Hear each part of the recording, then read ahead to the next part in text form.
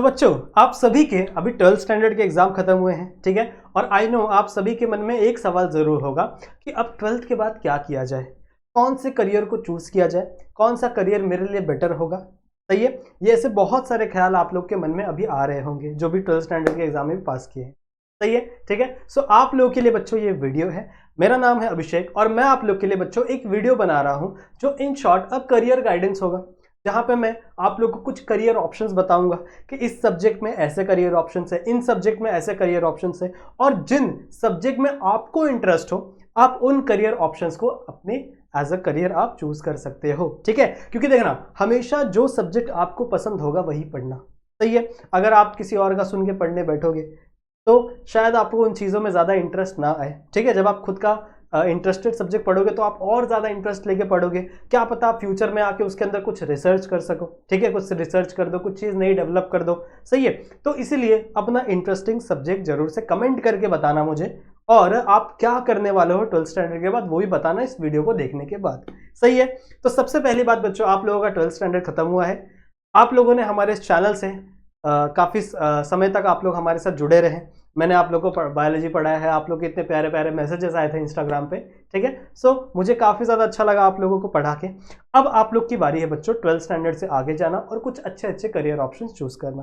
तो आज हम लोग बच्चों वही करेंगे कि अब 12th स्टैंडर्ड तो खत्म हो गया, इसके बाद हम क्या करें। सही है, और करियर ऑप्शंस की बात करेंगे बच्चों की कौन कौन से करियर ऑप्शंस अभी अवेलेबल है मार्केट में जो कि काफ़ी अच्छे हैं, और आपके कौन से सब्जेक्ट वाइज आपको वो पसंद आते हैं वो भी आप चूज कर सकते हैं।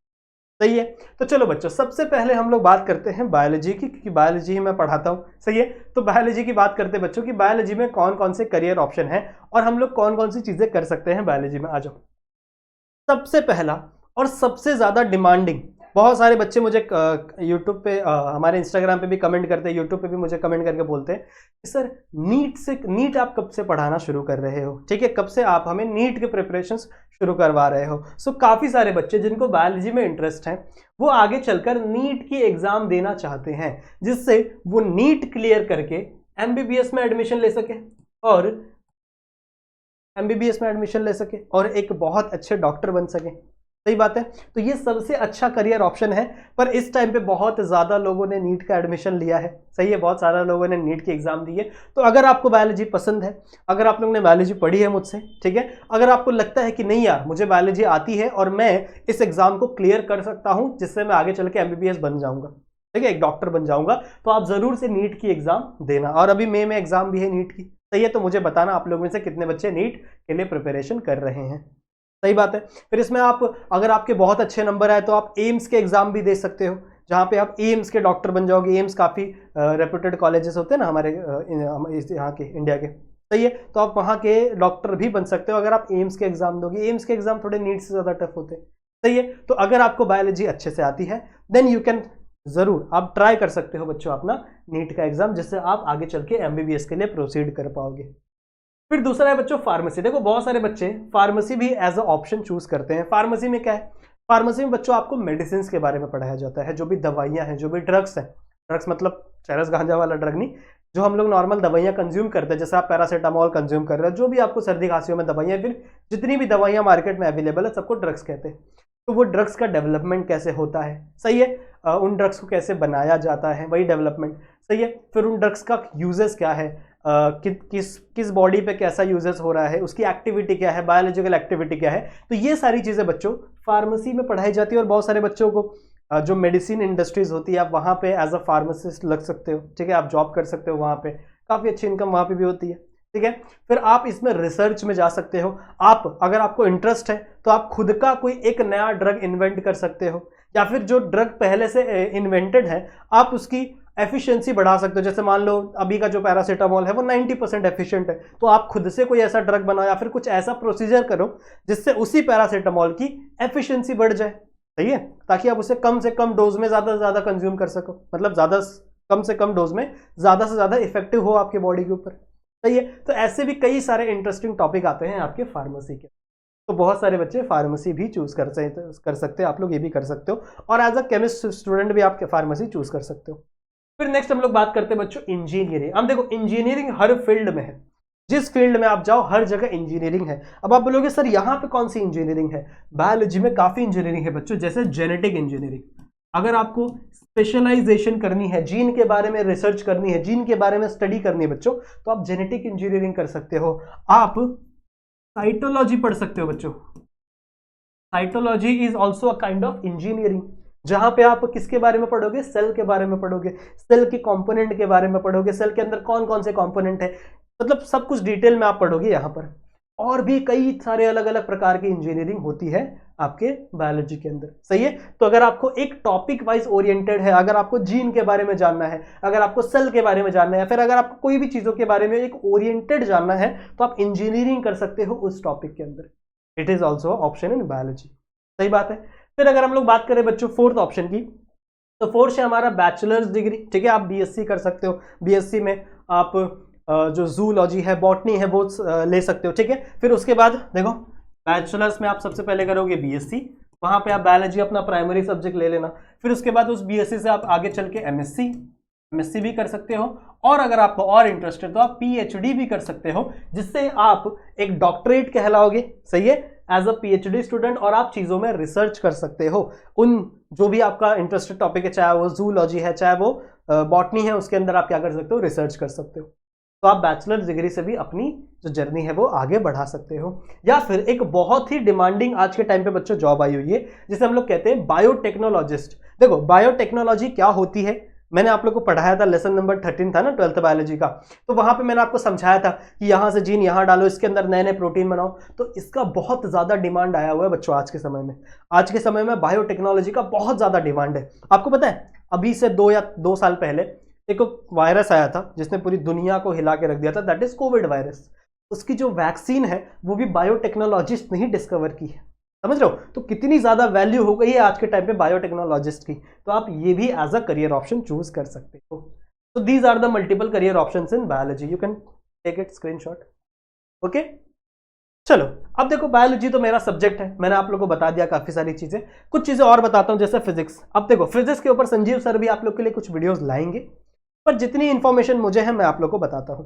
अगर मैं फिजिक्स की बात करूं, जो कि बहुत ही एक इंटरेस्टिंग टॉपिक है, मेरा हालांकि इतना ज्यादा अच्छा हाथ नहीं था फिजिक्स में, मेरी फिजिक्स इतनी अच्छी नहीं थी, पर जब से मैंने संजीव सर के लेक्चर्स देखता था तो मुझे बड़ा मजा आता था फिजिक्स पढ़ने में। तो फिजिक्स अगर आपको पसंद हो तो आप भी कई सारे अलग अलग ऑप्शन चूज कर सकते हो। जैसे सबसे पहला है इंजीनियरिंग, यहाँ पे भी इंजीनियरिंग है बच्चों। अब कई प्रकार की इंजीनियरिंग होती है, जैसे फिजिक्स की बात करें तो मैकेनिकल है, सही है, इलेक्ट्रिकल है, ऐसे कई अलग अलग, ऑटोमोबाइल इंजीनियरिंग है, तो ऐसे कई अलग अलग प्रकार की आप इंजीनियरिंग भी कर सकते हो फिजिक्स में। और यदि आपको अच्छे कॉलेज से इंजीनियरिंग करनी है, जैसे मान लो आपको आईआईटी से इंजीनियरिंग करनी है, आईआईएम से इंजीनियरिंग करनी है, तो आपको एक एग्जाम पास करनी होगी, दैट इज जेडब्ल्यू, सही है ना। जेडब्ल्यू का एक एंट्रेंस टेस्ट होता है बच्चों, आप ये जेडब्ल्यू पास करोगे तो आप आईआईटी, ऐसे बड़े बड़े इंस्टीट्यूट जो हमारे देश के रेप्यूटेड इंस्टीट्यूट है, वहां से आप इंजीनियरिंग कर सकते हो, सही है। So this is also an option of engineering, बहुत सारे अलग अलग प्रकार की इंजीनियरिंग है।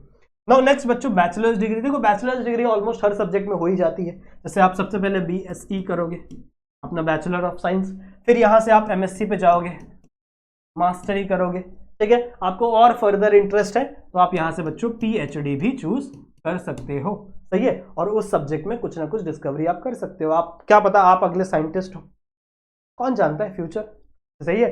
तो आप भी कोई डिस्कवरी कर लो, so you can do this also. अच्छा, बहुत ज्यादा आज के टाइम पे एक चीज बड़ी है, दैट इज एरोस्पेस। एरोस्पेस मतलब क्या, जैसे आप लोग देखा होगा जो हवा, ये अपने प्लेन्स उड़ते हैं, ठीक है, प्लेन्स उड़ते हैं ना, आप लोग देखा होगा यहाँ से वहां लोग जाते हैं, एयरपोर्ट पे प्लेन्स है इतने सारे। तो प्लेन्स बच्चों दिन प्रतिदिन बढ़ते ही जा रहे हैं, लोगों का जो ट्रांसपोर्टेशन है वो दिन प्रतिदिन बढ़ते ही जा रहा है। उल्टा ये जो चीजें है ना, ट्रांसपोर्टेशन वाली चीजें, ये दिन बाय दिन और इंक्रीज होगी, इनके अंदर कोई गिरावट नहीं आने वाली है। तो ये जो एरोस्पेस है कि भैया हवाई जहाज कैसे उड़ाना है, सही है, आप मिलिट्री में भी जा सकते हो, हमारे जो एयर एशिया वाले हैं, ठीक है, वहां पे भी आप जा सकते हो।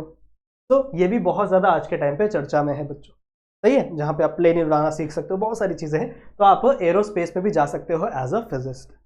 फिर आप फोर्थ है बच्चों डाटा साइंटिस्ट। डाटा साइंटिस्ट बहुत ज्यादा पॉपुलर जॉब हो चुकी है आज के समय में, क्योंकि आप लोग को पता है, देखो डाटा बहुत ज्यादा इंपॉर्टेंट है। इवन अगर आप फ़ोन यूज़ कर रहे हो तो फ़ोन में आपके कितने सारे डाटा है, सही है।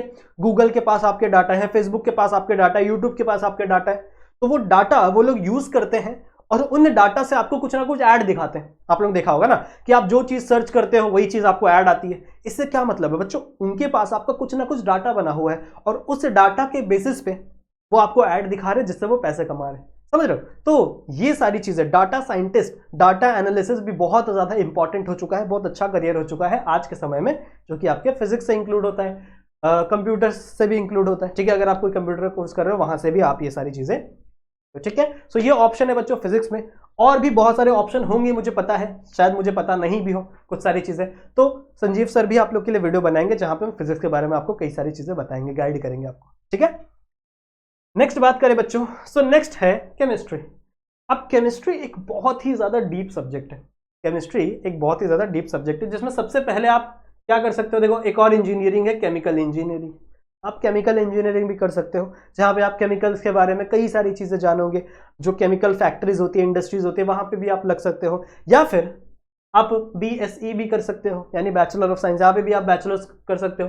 फिर यहाँ से आप MSc कर लो, MSc करके फिर यहां से आप PhD कर लो केमिस्ट्री में, समझ रहे हो, ठीक है। तो यहां से भी आप या तो इंडस्ट्रीज में भी जॉब कर सकते हो, या तो खुद का कुछ रिसर्च कर सकते हो, कोई नई चीज आप ढूंढ सकते हो, नहीं कोई नया केमिकल ढूंढो जिससे इंसानों का भला हो, किसी भी इंसानों का भला है, फिर किसी भी ऑर्गेनिज्म का भला हो, तो आप BSc भी कर सकते हो और आप केमिस्ट बन सकते हो। सही बताओ, ठीक है। एक बात और बताऊं बच्चों आप लोगों को, मैं भी एक केमिस्ट हूं, ठीक है। आप में से कई सारे बच्चों को शायद पता हो या फिर ना पता हो, पर मैं भी एक केमिस्ट हूं। मैंने भी अभी मेरी स्टडी चल ही रही है बच्चों, अभी मैं भी MSc कर रहा हूं ऑर्गेनिक केमिस्ट्री से। अब आप लोग बोलोगे सर आप ऑर्गेनिक केमिस्ट्री पढ़ रहे हो पर पढ़ाते तो बायोलॉजी हो, सही है। तो इसके बारे में एक बहुत ही लंबी कहानी है। बायोलॉजी मेरा फेवरेट सब्जेक्ट हुआ करता था, बहुत ज़्यादा मैंने बायोलॉजी पढ़ी है, ठीक है, इसलिए मैं आप लोग को अच्छे से पढ़ा पाता हूँ बायोलॉजी। केमिस्ट्री भी मेरा one of the favourite subject है, तो आई विल ट्राई कि मैं फ्यूचर में आपको केमिस्ट्री पढ़ाऊँ। अगर आपको मुझसे केमिस्ट्री पढ़नी है तो एक बार कमेंट करके जरूर से बताना, ठीक है। कमेंट करना अगर आपको मुझसे केमिस्ट्री पढ़नी है तो। चलो, तो आप PhD भी कर सकते हो एज अ केमिस्ट्री, या फिर आप बीटेक के भी ऑप्शन हैं।